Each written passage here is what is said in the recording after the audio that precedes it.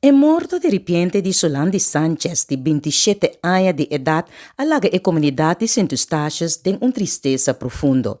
Sanchez, que estava um empregado público no Departamento de Finanças, for de 2021, não estava a sentir sua culpa bom e constantemente estava a buscar ajuda na hospital local Queen Beatrix.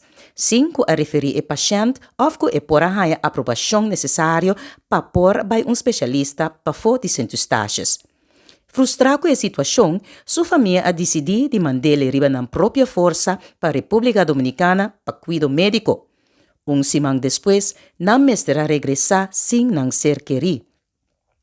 Fresco da memória da comunidade de Santo Eustáquio, tem outro caso lamentável de outro cidadão que, por mesmo motivo, esta falta de cuidado médico no tempo, a bem falecer.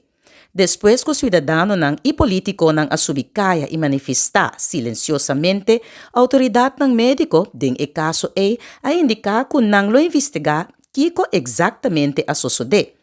Tena e momento aqui, Dutch Caribbean Television não a recebi indicação de uma reação de autoridade médico de Santo Eustáquio riba o caso de Solandi Sanchez. Nos condolência na família e colega de defunto.